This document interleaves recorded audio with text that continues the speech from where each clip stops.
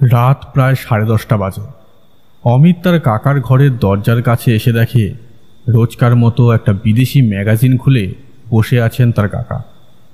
অমিতের কাকার নাম হলো সৃজন বসু, একজন শখের গোয়েন্দা। তিনি অনেক রহস্যের জট খুলেছেন, তাই এখন তার ভালোই নাম হয়েছে। সৃজন বসুর সহকারী হিসাবে মাঝে মাঝে যুক্ত হয় তার দাদার ছেলে অমিত। এমন সময় ফোন বেজে উঠল। এত রাতে কে আবার ফোন করল? ভাবতে ভাবতে উঠে ফোনটা ধরলেন সৃজনবাবু। হ্যালো, কে বলছেন? চৌধুরী বাড়ি থেকে আমি মহিম চৌধুরী বলছি। আমি কি সৃজন বাবুর সঙ্গে কথা বলতে পারি? হ্যাঁ, আমি সৃজন বসু বলছি, বলুন। এত রাত্রিরে ফোন করবার জন্য ক্ষমা করবেন মিস্টার বসু, খুব বিপদে পড়েছি, তাই বাধ্য হয়ে এত রাতে আপনাকে ফোন করছি। কি সমস্যা হয়েছে আপনার? আসলে আমার বাড়ি থেকে একটা গোলাপি মুক্তোর মালা চুরি হয়ে গেছে। তার দাম অন্তত 10 লাখ টাকা। তাই সকাল পর্যন্ত অপেক্ষা না করে রাতেই ফোন করলাম। আচ্ছা, ঠিক আছে, আপনার বাড়ির ঠিকানাটা দিন। কাল সকাল সকালই আমি আপনার ওখানে আসছি। মহিম চৌধুরীর বাড়ির ঠিকানা, ফোন নম্বর ও আরও কী সব টুকিটাকি নিজের ডায়েরিতে টুকে রাখলেন সৃজনবাবু। ডায়েরিটা রাখার সাথে সাথেই অমিত ঘরে ঢুকল। এত রাতে ফোন মানে জবরদস্ত কোনো রহস্য নিশ্চয়ই। অমিতকে ঘরে ঢুকতে দেখে সৃজনবাবু বললেন, এই যে অমিত, তুই এখনো ঘুমোসনি? সৃজনবাবুর কথা শেষ হওয়ার আগেই সব জানতার ভঙ্গিতে অমিত বলে উঠল, টেলিফোনের সব কথাবার্তাই শুনেছি, ভালোই হলো। বেশ কিছুদিন বসে থেকে সব কিছু কেমন একঘেয়ে লাগছিল। এবার আবার রোমাঞ্চের মুখোমুখি হওয়া যাবে, তাই না কাকা? সে তো কাল সকালেই বোঝা যাবে।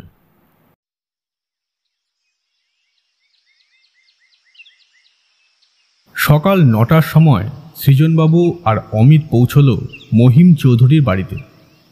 মহিম চৌধুরীর বাড়িটা নিউ আলিপুরের অভিজাত পাড়ায়। উঁচু দেওয়াল দিয়ে ঘেরা বেশ বড় 3তলা বাড়ি, সামনে লন, দুপাশে বাগান। মহিম চৌধুরীর ম্যানেজার মিস্টার দত্ত অপেক্ষা করছিলেন সৃজনবাবুদের জন্য। মিস্টার দত্ত বেটেঘাটো চেহারা লোক, ছোট ছোট চোখ, গায়ের রং শ্যামবর্ণ, বয়স 45 কি 50 হবে। সৃজনবাবুদের নমস্কার করে সাদরে নিয়ে গেলেন ভেতরে। 3তলা বাড়ি হলেও লিফট আছে। সেই লিফটে চেপেই সবাই উঠল দোতলায়। দোতলায় সাজানো গোছানো ড্রয়িং রুমে নরম সোফায় বসে সৃজনবাবুদের জন্য অপেক্ষা করছিলেন মহিম চৌধুরী। বয়স 60-এর কাছাকাছি। সৃজনবাবুদের ঘরে ঢোকা মাত্র উঠে দাঁড়িয়ে সাদর সম্ভাষণ জানালেন। আরে আসুন মিস্টার বসু, আপনার জন্যই অপেক্ষা করছি। সঙ্গে এটি কে?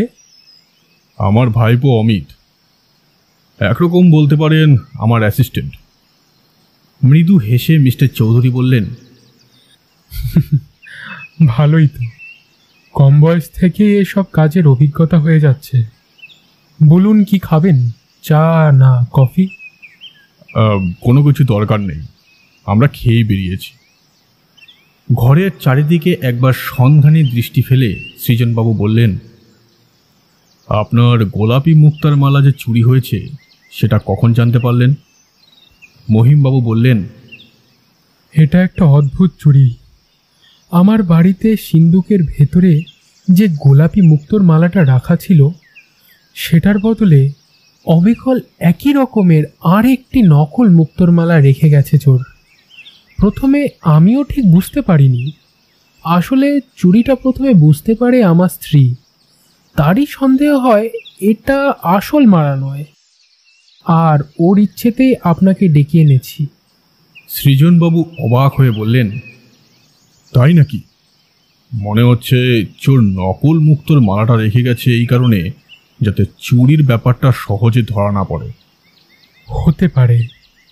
ঠিক আছে, এবার বরং চোরের রেখে যাওয়া নকল মুক্তোর মালাটা একবার দেখান। আচ্ছা, ঠিক আছে, দেখাচ্ছি। কিন্তু তার আগে আসল মুক্তোর মালার ইতিহাসটা জেনে নিলে বোধহয় আপনার কাজ করতে একটু সুবিধা হতো। ঠিক আছে, আপনি বলুন। মহিমবাবু বলতে শুরু করলেন। প্রায় 50 বছর আগে আমার বাবা প্রতাপ চৌধুরী আলিপুরের একটি বাড়ি তৈরি করেন। আগে বাড়িটা দোতলা ছিল, আমি 3 তলা তৈরি করি বছর 15 আগে। আমি বাবার একমাত্র ছেলে হলেও আমার একটা ছোট বোন আছে, তার বিয়ে হয়ে গিয়েছে। বর্তমানে সে থাকে হায়দ্রাবাদে স্বামী পুত্র কন্যা নিয়ে। আমার নিজের 2 ছেলে আর 1 মেয়ে আছে। বড় ছেলে সুপ্রতিম কম্পিউটার ইঞ্জিনিয়ার, আমেরিকায় থাকে, বছর 2 আগে ওখানেই বিয়ে করেছে। ছোট ছেলে সুপ্রকাশ ইংরাজি নিয়ে MA পড়ছে কলকাতা বিশ্ববিদ্যালয়ে। দ্বিতীয় সন্তান আমার মেয়ে সুপ্রিয়া। শুনে থাকবেন হয়তো, সে এখন টিভি সিরিয়ালের নাম করা একজন স্টার। তার বিয়ে হয়ে গিয়েছে বছরখানেক আগে। জামাই বিকাশ চ্যাটার্জি টিভি সিরিয়ালের ডিরেক্টর। সেই সুবাদে সুপ্রিয়া এখন টিভি স্টার। তবে এই বিয়েতে আমার মোটেই মত ছিল না। আমার বাবা প্রতাপ চৌধুরী প্রথম যৌবনে কাজ করতেন হায়দ্রাবাদের নিজামের অফিসে। হায়দ্রাবাদে থাকার সময় একটা দোকান থেকে আমার মার জন্য এই গোলাপি মুক্তোর মালাটা কেনেন। দোকানির সঙ্গে বাবার খুব বন্ধুত্ব ছিল, তাই খুব কম দামে এই মালাটা পেয়ে যান। মালার মুক্তোগুলো একেবারে ন্যাচারাল মুক্তো, কালচার্ড বা চাষ করা মুক্তো নয়। আমার বিয়ের সময় মা মালাটা দিয়ে দেন পুত্রবধূ মিনময়ীকে, মানে আমার স্ত্রীকে। আমার স্ত্রী ওটা সবচেয়ে বেশি ব্যবহার করেছেন। তিনি ভেবেছিলেন বড় ছেলে সুপ্রতিমের বউকে মালাটা দেবেন, কিন্তু মেম সাহেব বউ বলে শেষ পর্যন্ত আর দেননি। হয়তো পরে ছোট ছেলের বউকেই দিতেন। কথা বলতে বলতে একটু থেমে মহিম চৌধুরী উঠে গিয়ে একটা ছবির অ্যালবাম নিয়ে আসেন। তারপর কয়েকটা পাতা উল্টে মৃন্ময়ী দেবীর একটা রঙিন ছবি দেখিয়ে মহিমবাবু বলেন, এই যে আমার স্ত্রীর গলায় যে মালাটা দেখছেন, সেটাই আসল মুক্তোর মালা। সত্যি সে এক অপূর্ব সুন্দর মুক্তোর মালা। গোল মুক্তগুলোর রং গোলাপি, তবে লকেট তৈরি হয়েছে 4টে সবুজ মুক্তো দিয়ে। সব মিলিয়ে সত্যিই অপূর্ব। ছবিটা খুঁটিয়ে দেখে সৃজনবাবু বললেন, আপনার আসল মুক্তোর মালার ছবি তো দেখলাম, এবার তাহলে দেখা যাক চোরের রেখে যাওয়ার নকল মুক্তোর মালা। একটু ইতস্তত করে মহিম চৌধুরী বলেন, সেটা রাখা আছে আমার শোবার ঘরের সিন্ধুকে। সেটা এখানে না নিয়ে এসে ওখানে গিয়েই কি দেখবেন? ওখানে গিয়ে দেখাই ভালো। কোথায় কোন পরিবেশে কিভাবে মালাটা বদল করা হলো সেটাও তো বুঝতে একটু সুবিধা হবে।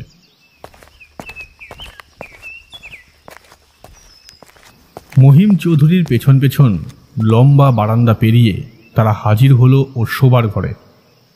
শোবার ঘরে ঢুকেই দেখতে পেল একজন মহিলা চেয়ারে বসে আছে। মহিমবাবু পরিচয় করিয়ে দিলেন তার স্ত্রী মৃন্ময়ী দেবীর সঙ্গে। 50-এর কাছাকাছি বয়স, দোহারা গড়ন, ফর্সা সুন্দর চেহারা। বোধহয় মুক্তোর মালা চুরি যাওয়ার জন্য মুখে একটা বিষণ্ণতার প্রলেপ। পরিচয় পর্ব শেষ হবার পর মহিমবাবু তার পকেট থেকে চাবি বের করে দেওয়ালের গায়ে ফিট করা সিন্দুকের পাল্লাটা খুললেন। সিন্দুকের ভেতরটা অন্ধকার, ভালো করে কিছু দেখা যায় না, তবে বোঝা গেল সিন্দুকটা জিনিসপত্রে ঠাসা। তারই ভেতর থেকে উনি বের করে আনলেন নীল ভেলভেট মোড়া একটা গয়নার বাক্স। দেখে মনে হয় বাক্সটা 40-50 বছরের পুরনো তো হবেই।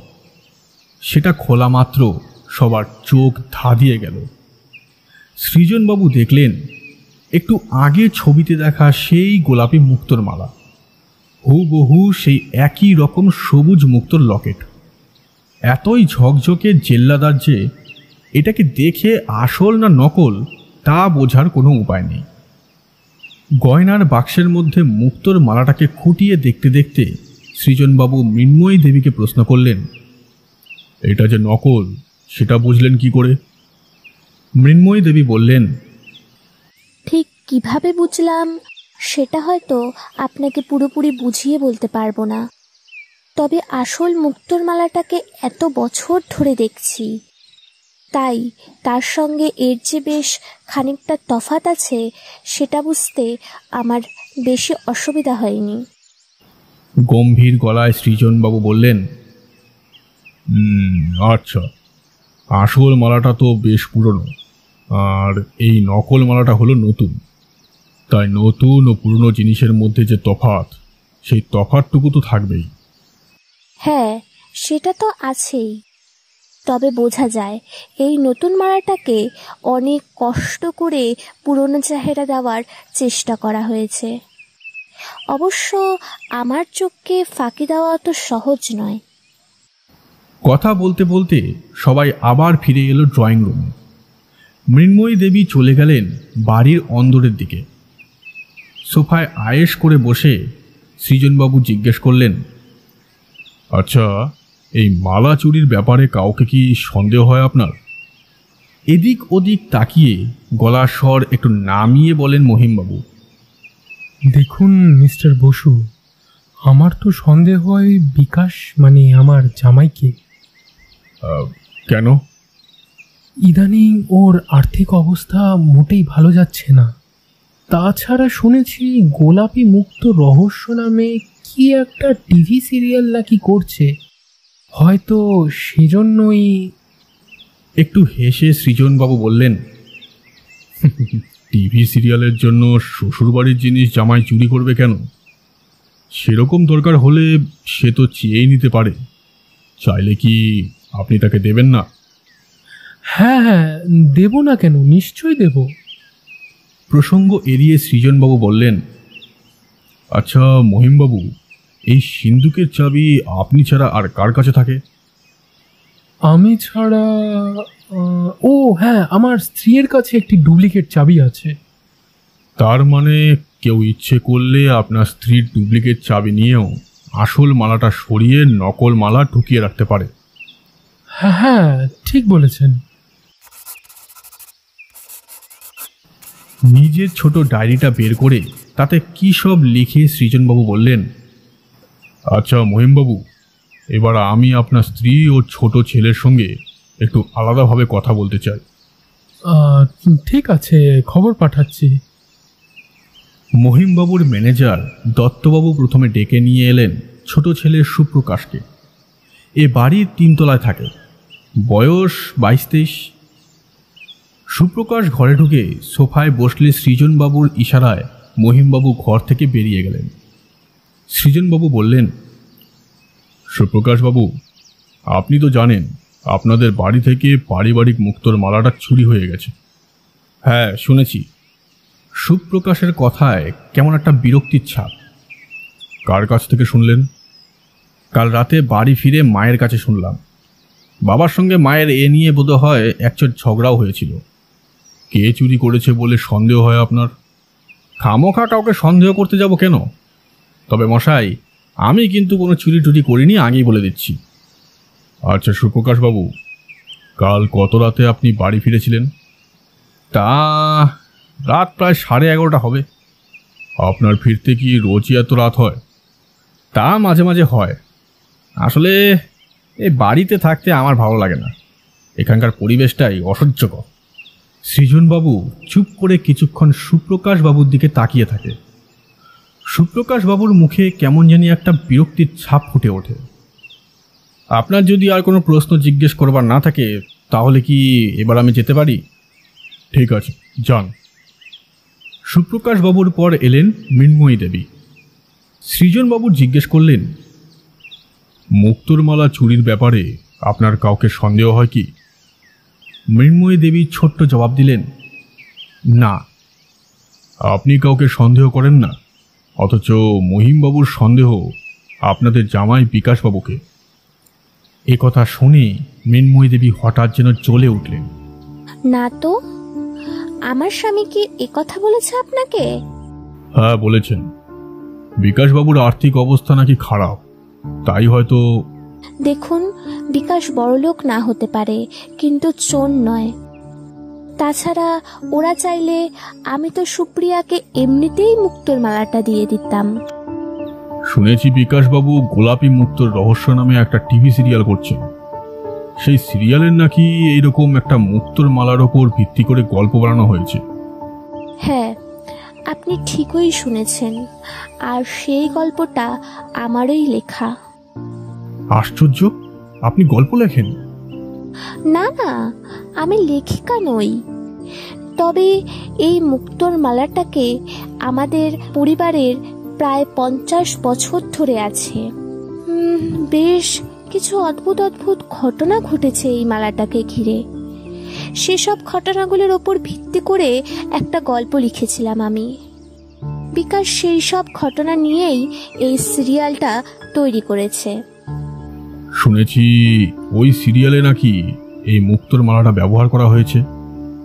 না না, সে কথা সত্যি নয়, তবে ছবির জন্য এই মালার মতো আর একটা নকল মালা ওরা তৈরি করা হয়েছে। আচ্ছা, নকল মালা তৈরির জন্য বিকাশবাবু কি আসল মুক্তোর মালাটাকে দিন কয়েকের জন্য চেয়ে নিয়ে গিয়েছিলেন? না, শুধু একদিন ওদের ফটোগ্রাফার এসে মালাটার 4-5টা ছবি তুলে নিয়ে গিয়েছিল। সে সময় মহিমবাবু উপস্থিত ছিলেন? না, সে সময় আমার স্বামী কি একটা কাজে যেন কলকাতার বাইরে গিয়েছিলেন। ছবি তোলার ব্যাপারটা কি মহিমবাবু জানেন? না, জানেন না, আমিই বলিনি, কারণ উনি তো বিকাশকে মোটেই পছন্দ করেন না। ধন্যবাদ মৃন্ময়ী দেবী, আপাতত আমার আর কিছু জানার নেই। মৃন্ময়ী দেবী বেরিয়ে গেলে ঘরে ঢুকলেন মহিমবাবু। সৃজনবাবুকে বললেন, মালা চুরির ব্যাপারে কিছু বুঝতে পারলেন? মানে কোনো রকম অনুমান কিছু? আপাতত অন্ধকারেই আছি, আমি এগোলে আপনিও জানতে পারবেন বইকি। আচ্ছা, আপনার ম্যানেজার দত্তবাবু কতদিন কাজ করছেন এখানে? তা প্রায় 20 বছর তো হবেই, আর উনি খুব বিশ্বাসী লোক। তার মানে মালা চুরির ব্যাপারে ওকে আপনি সন্দেহ করেন না? না না, সন্দেহ করার কোনো কারণ নেই। উনি কি এ বাড়িতেই থাকেন? প্রথম দিকে কিছুদিন ছিল বটে, তবে এখন থাকে ঢাকুরিয়ায় এক ভাইপোর বাড়িতে। ঠিক আছে, আজ তাহলে চলি। হয়তো পরশু বিকেলের দিকে আবার আসতে পারেন। মহিম চৌধুরীর বাড়ি থেকে যখন তারা বেরোলো তখন প্রায় দুপুর 12টা বাজে। এই 3 ঘন্টায় মুক্তো চুরির রহস্য যেন আরও রহস্যময় হয়ে উঠল। কয়েকটা প্রশ্ন সৃজনবাবুর মাথায় ঘুরছিল। এবার অমিত বলে উঠল, আচ্ছা, কে চুরি করলো বলে তোমার মনে হয়? দেখ, বড় ছেলের প্রশ্ন ওঠে না, তিনি তো এখন আমেরিকায়। এবার ছোট ছেলে সুপ্রকাশ, সে তো ইয়াংম্যান, এসব চুরির মধ্যে আছে বলে মনে হয় না। তারপর বিকাশবাবু, সব দিক বিচার করলে ওর ওপরেই সন্দেহটা পড়ে। এরপর আসে ম্যানেজার দত্তবাবু ও বাড়ির অন্যান্য লোকজন। এদেরও সন্দেহভাজনের তালিকা থেকে কোনোভাবেই বাদ দেওয়া যায় না। ট্যাক্সির খোঁজে হাঁটতে হাঁটতে সৃজনবাবু বললেন, তুই বাড়ি ফিরে যা, আমি মহিমবাবুর জামাই বিকাশ চ্যাটার্জির সঙ্গে একবার দেখা করতে যাব। কাকার কথায় ভীষণ আপত্তি জানিয়ে অমিত বলল, না না, আমিও তোমার সঙ্গে যাব। ঠিক আছে, চল। বিকাশবাবুর বাড়িতে গিয়ে জানা গেল উনি ও ওনার স্ত্রী কেউই এখন বাড়িতে নেই। প্রিন্স আনোয়ার শাহ রোডের একটা বাড়িতে শুটিং করছিল।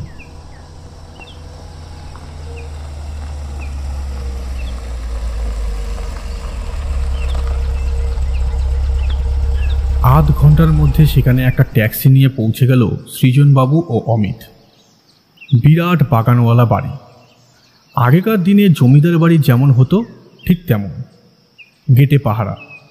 সৃজনবাবুর কাছে লালবাজারের পুলিশ কমিশনারের দেওয়া আইডি কার্ড ছিল। সেই কার্ড দেখাতেই দারোয়ান তাদের কোনো কিছু না বলেই বাড়ির ভেতরে ঢুকতে দিল। একটু দূরেই শুটিং স্পট, তবে লাঞ্চ ব্রেক চলছিল বলে শুটিং এখন বন্ধ। একটি ছেলে তাদের দুজনকে পৌঁছে দিল পরিচালক বিকাশ চ্যাটার্জির কাছে। বিকাশ চ্যাটার্জির বয়স 35 কি 36 হবে। খুবই বুদ্ধিদীপ্ত চেহারা। সৃজনবাবু নিজের পরিচয় দিয়ে মুক্তোর মালা চুরির কথা বললেন সংক্ষেপে। চুরির কথা শুনে বিকাশবাবু তো অবাক। তিনি বললেন, কোথায়? আমি তো কিছু জানি না, হয়তো সুপ্রিয়া জানে। সুপ্রিয়া একটু কাছেই ছিলেন। বিকাশবাবুর হাত তুলে ইশারা করতেই তিনি চলে এলেন।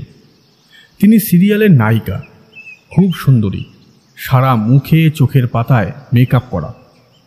দেখে কেমন গা শিরশির করছিল অমিতের। সুপ্রিয়ার সঙ্গে সৃজনবাবুর পরিচয় করিয়ে দিয়ে বিকাশবাবু বললেন, সুপ্রিয়া, তোমাদের বাড়িতে মুক্তোর মালা নাকি চুরি গেছে, তুমি এ ব্যাপারে কিছু জানো? হ্যাঁ, সকালেই শুনেছি। বলে সুপ্রিয়া ক্রুদ্ধ দৃষ্টিতে তাকালেন সৃজনবাবুদের দিকে। তারপর বললেন, আর তাই বোধহয় আপনারা বিকাশকে গ্রেপ্তার করতে এসেছেন, তাই না? বুঝেছি, বাবাই আপনাদের পাঠিয়েছে এখানে। শান্ত গলায় বললেন সৃজনবাবু।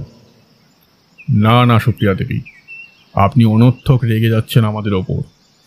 আমরা এখানে বিকাশবাবুকে গ্রেপ্তার করতে আসিনি, এসেছি কে সত্যিই চুরি করেছে সে কথাটা জানতে। আর সেটা পারবো যদি আপনারা একটু সাহায্য করেন আমাদের। সৃজনবাবুর কথায় এবার যেন একটু ঠান্ডা হলেন সুপ্রিয়া দেবী। বললেন, ঠিক আছে, কি জানতে চান বলুন। আসল মালার মতো যে নকল মালাটা আপনারা তৈরি করেছিলেন সেটা একটু দেখতে চাই। রুমাল দিয়ে মুখ মুছে বিকাশবাবু বললেন, এ আর এমন কি ব্যাপার, এক্ষুনি দেখিয়ে দিচ্ছি আপনাদের। একটি কম বয়সী ছেলেকে চেঁচিয়ে ডাকলেন বিকাশবাবু। এই নান্টু, সুব্রতবাবুকে বলতো মুক্তোর মালার বাক্সটা নিয়ে যেন এক্ষুনি এখানে চলে আসে। ছেলেটা দৌড়ে চলে গেল। খানিকক্ষণ পরে এক ভদ্রলোক এলেন, হাতে একটা গয়নার বাক্স। বিকাশবাবু পরিচয় করিয়ে দিয়ে বললেন, ইনি সুব্রত লাহিড়ী, আমাদের ইউনিটের প্রোডাকশন ম্যানেজার। আর ইনি সৃজন বসু, ডিটেকটিভ। ডিটেকটিভ শুনে একটু যেন সমীহের চোখে ভদ্রলোক তাকালেন সৃজনবাবুদের দিকে। বিকাশবাবু বললেন, সুব্রতবাবু, গয়নার বাক্সটা খুলে মুক্তোর মালাটা একবার মিস্টার বসুকে দেখিয়ে দিন।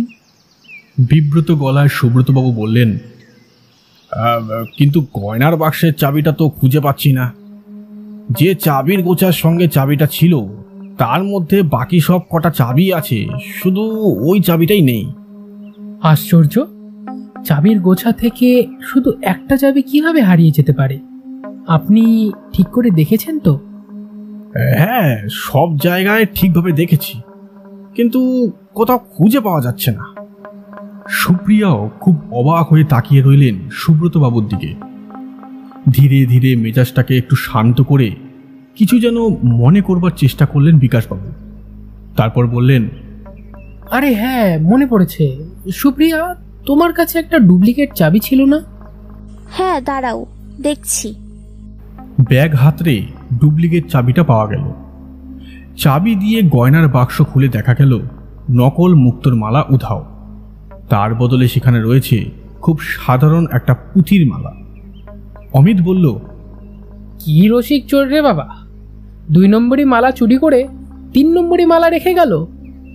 অমিতের কথায় ক্ষণিকের জন্য চুরির কথা ভুলে হেসে উঠল সবাই। বিকাশবাবু খুবই বিব্রত গলায় বললেন, সৃজনবাবু, আমি তো কিছুই বুঝতে পারছি না। এর মধ্যে ছিল কেবল একটা নকল মুক্তোর মালা, এমন কিছু দামি নয়, অথচ সেটা চুরি করলো কেন? কেনই বা করলো? গত পরশুই তো এই মালাটা পরে সুপ্রিয়া অভিনয় করলো। কি সুপ্রিয়া, পরশুদিনই তো না? হ্যাঁ, বিকাশ ঠিকই বলেছে। পরশুদিন সন্ধে 6টা পর্যন্ত এটা পরেই তো অভিনয় করেছি আমি। আচ্ছা সুপ্রিয়া দেবী, অভিনয় শেষ হওয়ার পর মালাটা কোথায় রাখলেন? সুপ্রিয়া দেবী কিছুক্ষণ মনে করার চেষ্টা করলেন। তারপর বললেন, শেষ দৃশ্য ছিল আমি মালাটা গলা থেকে খুলে ড্রেসিং টেবিলের ডয়ারে ঢুকিয়ে রাখলাম। আর তারপরেই আমি বললাম কাট। সেদিনের মতো শুটিং শেষ। তারপর মালাটা কি হলো? সেটা কি ড্রেসিং টেবিলের ডয়ারি পড়ে রইল, নাকি আবার গয়নার বাক্সে ঢোকানো হলো বিকাশবাবু? গম্ভীর গলায় বললেন সৃজনবাবু। সুপ্রিয়া বললেন, শুটিং চলাবার সময় আমি এই ড্রেসিং টেবিলটা ব্যবহার করি, কালো করেছি। তখন তো মালাটা ডয়ারেই ছিল না। কিন্তু সেটা কোথায় গেল? তার হদিস তো সুব্রতবাবুর রাখা উচিত, তাই না? সুব্রতবাবুর দিকে আর চোখে তাকালেন সৃজনবাবু। অস্বস্তি মেশানো গলায় সুব্রতবাবু বললেন, আমার সেদিন শরীর খারাপ লাগছিল বলে তাড়াতাড়ি চলে গিয়েছিলাম। তবে যাওয়ার আগে গোপালকে সবকিছু ভালো করে বুঝিয়ে দিয়েছিলাম। গোপাল? কে গোপাল? ওকে এখনই ডাকুন। গোপাল আজ আসেনি স্যার, গতকালও আসেনি। এখন আমার তো মনে হচ্ছে হয়তো গোপালই চুরি করেছে। কিন্তু গোপাল চুরি করবে কেন? আর চুরি যদি করতেই হয় তাহলে তার বদলে পুঁথির মালা রাখবে কেন? বিকাশবাবু রেগে মেগে বললেন, সে না হয় করেছে, কিন্তু আপনারও তো উচিত ছিল পরের দিন এসে মালার খোঁজ নেওয়ার। নিলেও লাভ হতো না বিকাশবাবু, কারণ ওই ড্রেসিং টেবিলের ড্রয়ার থেকে পরশুই চুরি যায় মালাটা। বিকাশবাবু করুণ গলায় বলেন, আমার মনে হচ্ছে কোথাও একটা গভীর ষড়যন্ত্র আছে এর মধ্যে, যাতে আমি ঝামেলায় পড়ি, অপদস্থ হই। শান্ত গলায় সৃজনবাবু বললেন, হতে পারে, তবে এই মুহূর্তে কিন্তু সমস্ত ঘটনাগুলি আপনার বিরুদ্ধে আঙ্গুল তুলছে। আর আপনার শ্বশুরের বিশ্বাস ওই মুক্তোর মালা বিক্রি করেই আপনি এই সিরিয়াল তৈরি করছেন। কি কি বলছেন আপনি? এই সিরিয়ালের প্রযোজক মহামায়া টেলিফিল্ম, যার মালিক গগন বারিককে টাকার কুমির বললেও কম বলা হয়। আর আমি এই সিরিয়ালের পরিচালক মাত্র, আর আমি প্রতি সিরিয়াল অনুযায়ী টাকা পাই। আপনাদের সেই প্রযোজককে তো দেখলাম না। উনি খুব ব্যস্ত মানুষ, সব সময় আসেন না এখানে। গগন বারিকের বাড়ির ঠিকানা ও ফোন নম্বর নিয়ে সৃজনবাবুরা বেরিয়ে পড়ল। বাংলো বাড়ির প্রধান ফটক পর্যন্ত তাদের এগিয়ে দেন বিকাশবাবু ও সুপ্রিয়া দুজনেই। রাস্তায় বেরিয়ে ট্যাক্সিতে উঠতে যাবে, হঠাৎ একটা বাচ্চা ছেলে সৃজনবাবুর হাতে একটা ছোট খাম দিয়েই পালিয়ে গেল। খামটা অমিতের হাতে দিয়ে সৃজনবাবু বললেন, দেখ তো কি লিখেছে শয়তানটা। এক টানে খামের মুখটা ছিঁড়ে ফেলে ভেতরের চিঠিটা বের করল অমিত। ছোট্ট চিঠি, তাতে লেখা, সৃজনবাবু সাবধান, বেশি বাড়াবাড়ি করবেন না, বাড়ি গিয়ে ভাত খেয়ে ঘুমিয়ে পড়ুন। লেখাটা পড়ে সৃজনবাবু হেসে ফেললেন। লোকটা তো ঠিক কথাই মনে করিয়ে দিয়েছে। সারা দিনে আমাদের ভাত খাওয়াই হয়নি, চল একটা চাইনিজ রেস্টুরেন্টে খেয়ে নেওয়া যাক। পথে লেকের কাছে একটা চীনা রেস্তোরাঁয় পেট পুড়ে অনেক কিছু খেয়ে তারা বাড়ি ফিরল। পরের দিন সৃজনবাবু সারাদিন বহু জায়গায় ঘুরেছেন। এক ফাঁকে গগন বারিকের সঙ্গেও দেখা করে এসেছেন। ভদ্রলোক আসলে একজন বড় প্রমোটার। মহামায়া টেলিফ্রেম তৈরি করেছেন মায়ের স্মৃতিতে। রাতে সৃজনবাবু ফোন করলেন মহিম চৌধুরীকে। কুশল বিনিময়ের পর মহিম চৌধুরী প্রশ্ন করলেন, মুক্তোর মালার ব্যাপারে কিছু হদিশ করতে পারলেন? না, এখনো পারিনি, একটু সময় লাগবে। কাল সন্ধ্যাবেলা যদি আপনার বাড়িতে সন্ধ্যার আসর জমানোর অনুমতি দেন তো ভালো হয়। সেখানে কিছু মানুষকে প্রশ্ন করে রহস্যভেদের চেষ্টা আমি করতে পারি। আমার কোনো আপত্তি নেই, কাকে কাকে ডাকবো বলুন? আপনার জামাই ও মেয়ে, প্রোডাকশন ম্যানেজার সুব্রত, আপনার ম্যানেজার দত্তবাবু ও গগন বারিক, এই কজনকে তো ডাকতেই হবে। হঠাৎ গগন বারিককে কেন? ভদ্রলোক গোলাপী মুক্তোর রহস্য সিরিয়ালের প্রযোজক ও বিকাশের ওপরওয়ালা, তাই ওর থাকা ভালো। তাছাড়া শুটিংয়ের জায়গা থেকেই সেই নকল মালাটাকে চুরি করে ঢোকানো হয়েছে আপনার সিন্ধুকে। তাই নাকি? ঠিক আছে, আপনি যেমন বলেন তেমনই করব। আর হ্যাঁ, আমার ছোট ছেলে সুপ্রকাশ কাল দিল্লি যাচ্ছে। ওর কি থাকার কোনো দরকার আছে? না না, ওর দরকার নেই। আমার মনে হয় না ও এই চুরি করেছে। আচ্ছা, ঠিক আছে। তাহলে কাল সন্ধে দেখা হচ্ছে। আচ্ছা, ঠিক আছে, রাখছি। এই বলে ফোন রেখে দিলেন সৃজনবাবু। পরের দিনও সৃজনবাবুর বিশ্রাম নেই। সারা দুপুরটা টো করে ঘুরে বেড়ালেন। লালবাজার নিউ আলিপুর থানা ঘুরে ফিরলেন বিকেলে। তারপর সন্ধেবেলায় সৃজনবাবু ও অমিত দুজনে হাজির হলো চৌধুরী ভিলায়। তাদের সঙ্গে ছিলেন আর এক ভদ্রলোক, অর্জুন সামন্ত, লালবাজারের ডিটেকটিভ ডিপার্টমেন্টের ডেপুটি কমিশনার, সৃজনবাবুর বন্ধু। তবে উনি গিয়েছিলেন সাধারণ পোশাকে। মহিম চৌধুরীর ড্রয়িং রুমে সোফা সেট সরিয়ে পাতা হয়েছে বড় সাদা ফরাশ। মাঝে মাঝে কয়েকটা তাকিয়াও রাখা হয়েছে। তাতে বসেছেন আমন্ত্রিত মানুষরা। মাঝখানে বসেছেন মহিম চৌধুরী, পাশে মৃন্ময়ী দেবী। বিকাশবাবু ও সুপ্রিয়া দেবীও এসে গেছেন। ওদের মুখ থমথমে। দত্তবাবু ও সুব্রতবাবুও এক পাশে বসেছেন। মহিমবাবুর পাশে আর এক ভদ্রলোক বসেছেন, বেটে খাটো মোটাসোটা চেহারা। সৃজনবাবুরা ঘরের ভেতর ঢোকার সাথে সাথে মহিমবাবুর পেছনে বসে থাকা লোকটিকে দেখে অমিতকে ফিসফিস করে সৃজনবাবু বলল, উনি হলেন গগন বারিক। সৃজনবাবুদের ঘরে ঢুকতে দেখেই ফরাস থেকে উঠে এলেন মহিমবাবু, সঙ্গে গগন বারিক। সৃজনবাবু অর্জুন সামন্তের সঙ্গে মহিমবাবু ও গগন বারিকের পরিচয় করিয়ে দিলেন। মনে হলো পরিচয় পেয়ে দুজনেই খুব সমীহ দেখালেন অর্জুন সামন্তকে। আজকের এই সভার জন্য চা জলখাবারের বন্দোবস্ত করেছিলেন মহিমবাবু। সভার কাজ শুরু হলে সৃজনবাবু বলতে শুরু করলেন, আপনারা সবাই জানেন মহিম চৌধুরীর সিন্দুক থেকে আসল গোলাপি মুক্তোর মালা সরিয়ে কে যেন নকল মুক্তোর মালা রেখে দিয়েছিল। আরও আশ্চর্যের ব্যাপার, গোলাপি মুক্তোর রহস্য সিরিয়ালের শুটিং স্পটে ড্রেসিং টেবিলের ড্রয়ার থেকে ঠিক একই সময় চুরি যায় একই চেহারার আর একটা নকল মুক্তোর মালা। নকল মুক্তোর মালা হলে কি হবে, তার জেল্লাও আসলের চেয়ে কম নয়। বুঝতে কোনো অসুবিধে নেই, ওই নকল মুক্তোর মালাটাই আসলের বদলে রেখে দেওয়া হয়েছে এই সিন্ধুকে। কিন্তু কে বদলালো, আর কেনই বা বদলালো? প্রথমেই সন্দেহ পড়ে বিকাশবাবুর ওপর। ওর শুটিং লোকেশন থেকেই নকল মালাটা চুরি যায়। উনি এ বাড়ির জামাই, তাই আসল মালা পাল্টে সিন্ধুকে নকল মালা রেখে দেওয়া খুবই সহজ। কিন্তু মৃন্ময়ী দেবী আমাকে বলেছেন ওই মালাটা উনি এমনিতেই দিতে চেয়েছিলেন সুপ্রিয়াকে। শুনেছি বিকাশবাবুই নাকি এতে সবচেয়ে বেশি আপত্তি করেছিলেন। তাই যে মালা তিনি নিজে নিতে অস্বীকার করেছেন, সে মালা তিনি চুরি করবেন কেন? এবার তাহলে সন্দেহের তালিকায় আসে সুব্রতবাবু। প্রোডাকশন ম্যানেজার হিসাবে ওই নকল মুক্তোর মালার কাস্টোডিয়ান ছিলেন উনি। সুব্রতবাবু বলেছিলেন নকল মালা চুরির দিন উনি নাকি আগে ছুটি নিয়ে চলে যান। গোপালকে বলে যান মালাটা তুলে রাখতে। গোপাল মালাটা ঠিক মতোই তুলে রাখে, তবে সেটাকে সে আলমারিতে না রেখে পৌঁছে দেয় গগনবাবুর বাড়ি।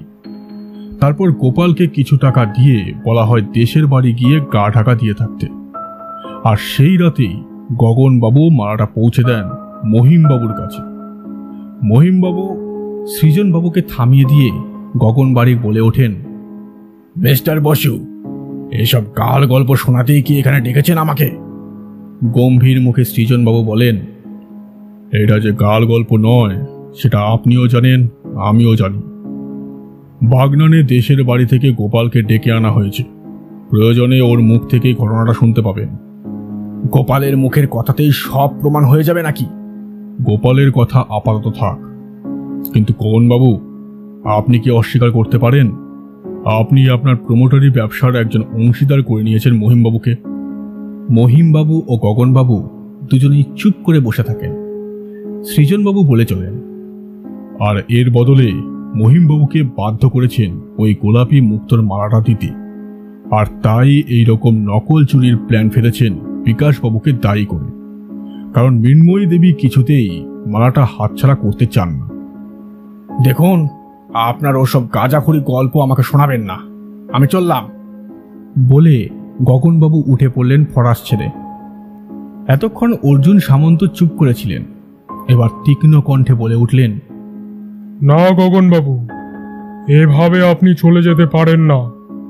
যদি চলে যাওয়ার চেষ্টা করেন তবে আপনাকে গ্রেপ্তার করতে বাধ্য হব। আপনি কি করে গ্রেপ্তার করবেন আমাকে? মালা চুরির ব্যাপারে কোনো কেসই তো লেখা হয়নি থানায়। তির্যক হেসে সৃজনবাবু বলে ওঠেন, আপনার ধারণা ভুল গগনবাবু। মহিমবাবু থানায় কেসটা লেখাতে চাননি, কারণ উনি নিজেই এ চুরির সঙ্গে জড়িত। উনি আমাকেও ডাকতে চাননি, কিন্তু মৃন্ময়ী দেবীর জোড়াজুড়িতে ডাকতে বাধ্য হন। আর আমার কথায় মৃন্ময়ী দেবী থানায় অভিযোগ করেন। অবশ্য সে অভিযোগপত্র আমি থানায় নিয়ে যাই। অর্জুন সামন্তর ইশারায় কোত্থেকে হাজির হন 2-3 জন কনস্টেবল ও নিউ আলিপুর থানার ওসি হীরক দাস। অর্জুন সামন্ত বলেন, গগনবাবু ও মহিমবাবু, আপনাদের দুজনকেই মুক্তোর মালা চুরি করার অভিযোগে গ্রেপ্তার করছি। আপনাদের থানায় যেতে হবে। গগনবাড়ি ক্ষুব্ধ গলায় বলে ওঠেন, আমার শিক্ষা হয়েছে মশাই, আর নয় আর নয়।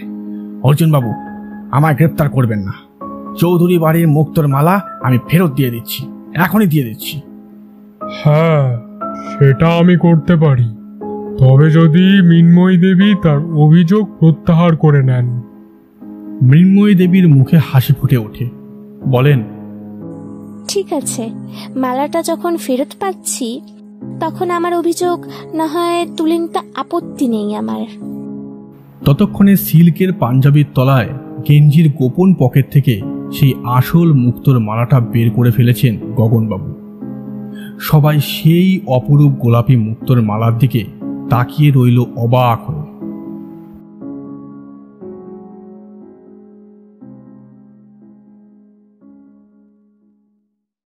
শেষ হলো আজকের গল্প কাহিনী গোলাপি মুক্তোর মালার রহস্য।